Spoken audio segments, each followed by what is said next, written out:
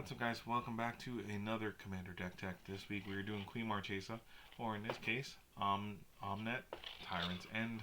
This is a secret lair version of Queen Marchesa that came out along with the Assassin's Creed stuff, I believe. Um, Funny thing, this was in the case at my LGS.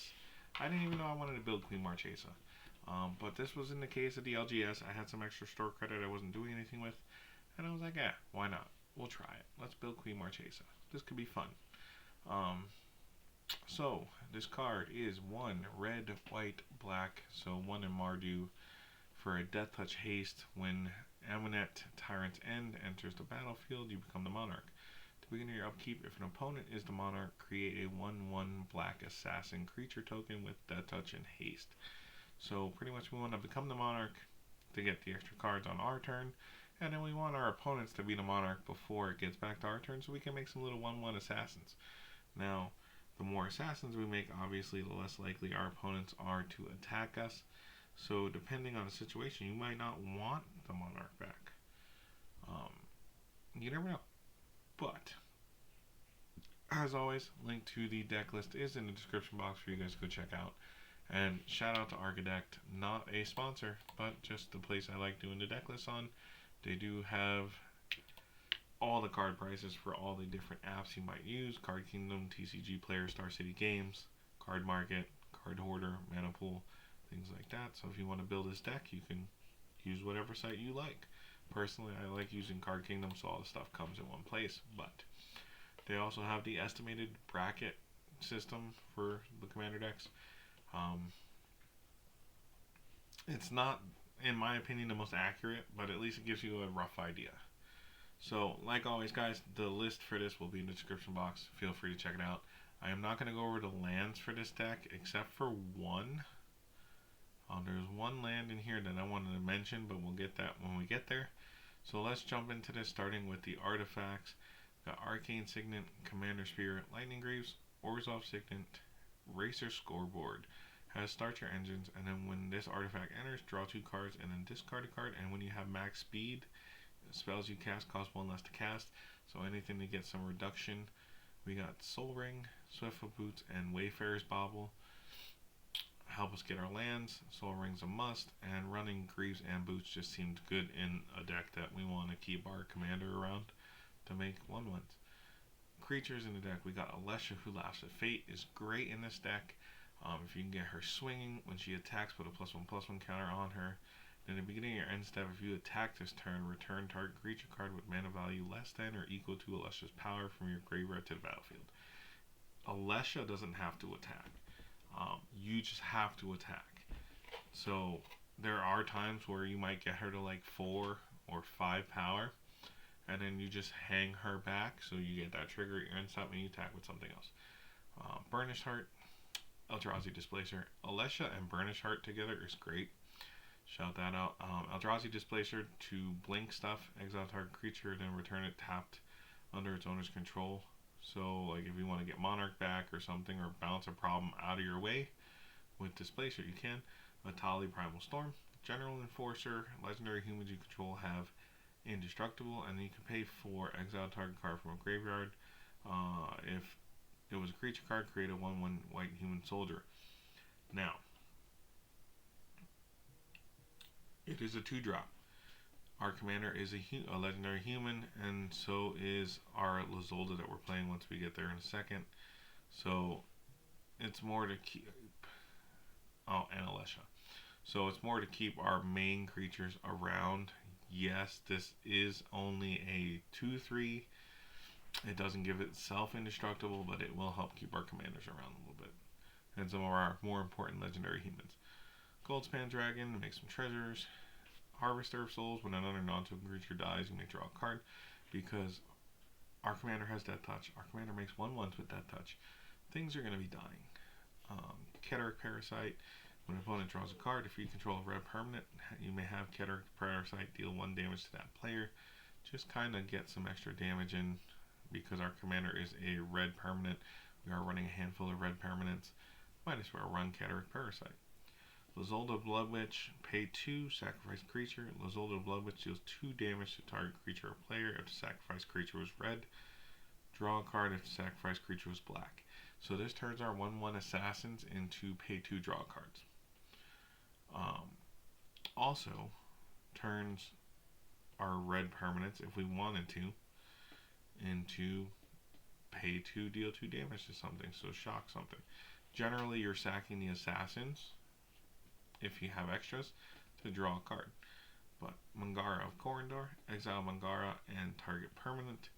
Now there is a moment where you can tap Mangara, exile it, or tap it to exile Mangara and another target permanent, and then blink it with Eldrazi Displacer. So then Mangara will exile off a Displacer's ability and return to the battlefield, and then Mangara's ability will trigger and exile the other permanent. So that's a little trick in there. Massacre Worm, when it enters battlefield, creatures opponents control get -2/-2, and whenever a creature an opponent controls dies, that player loses 2 life.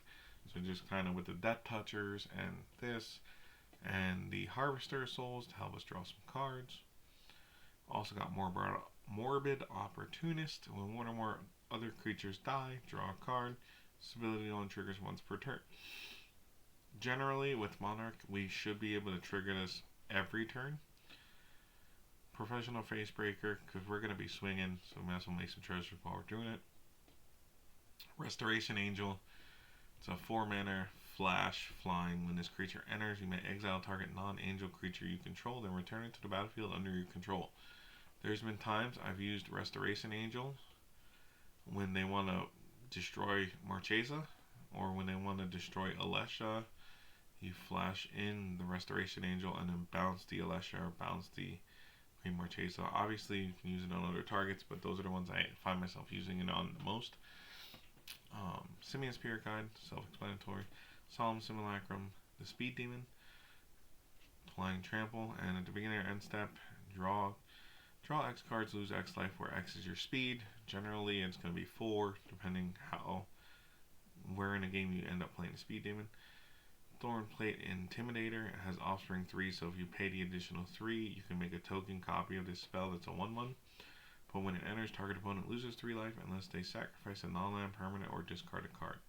So it kind of helps get rid of either their life, a permanent, or something in their hand. Walking Atlas, because we're not playing green, we want to play extra lands. Enchantments in the deck. Court of Ambition, when it enters, we become the Monarch. To be of our upkeep, each opponent loses 3 life unless they discard a card. If you're the Monarch, instead, opponents lose 6 life unless they discard 2 cards. So another way to take some value away from our opponents and dwindle them down little by little. Court of Grace, when it enters, we become the Monarch. When it is our upkeep, we create a 1/1 Spirit token with flying, and if we're the Monarch, we create a 4/4 Angel. So this gives us blockers, gives us creatures, things like that, to keep the Monarch in our favor. Minions return, flash, enchant creature. When the creature dies, it returns to the battlefield. Lots of great cards in the deck that we want to use this on. Marchesa, Alesha. You could use it on like Restoration Angel to get a second trigger off it if you want, or Massacre Worm or something like that. You never know. Instants in the deck, we got Chaos Warp because we want to get stuff out of our way. Costly Plunder, Dark Ritual, Hero's Downfall, Make a Stand to give our creatures indestructible +1/+0, help keep our stuff on the board. Maximum Overdrive gives target creature +1/+1 counter, indestructible, and Death Touch till end of turn. Pyretic Ritual, Slice from the Shadows to help remove pesky cards. Spin Out, Terminate, Thrill of Possibilities, Unexpected Windfall, Utter End, Village Rites. So the one land I wanted to mention in here that was really the MVP is the Sunhome Fortress of the Legion. Pay 4, target creature gains double strike. This really helps end games. So, Planeswalkers in the deck, we got a Johnny, Adversary of Tyrants. Put +1/+1 counters on creatures, makes them bigger. Return target creature card with converted mana cost 2 or less from your graveyard to the battlefield, so it helps us get some of our stuff back, like our General Enforcer, or the Keterik Parasite, or the Walking Atlas, a couple of things. Kaya the Inexonerable. The only important one in this one is really the -3 exile target online permanent. That's usually the only part of it I use. Sometimes you can use a plus ability. Here, we'll blow it up. Put a ghost form counter on up to one target non-token creature. It gains when this creature dies or is put into exile, return it to its owner's hand, and create a 1/1 white spirit with flying.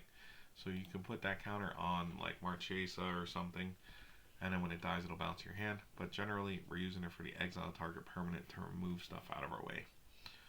Wandering Emperor puts more counters, makes our stuff bigger, and whichever creature we end up putting the +1/+1 counter on, it does gain first strike at the end of turn. So, not a great way to do that. And you can -2 exile target tap creature, and we gain 2 life. Another way to exile stuff.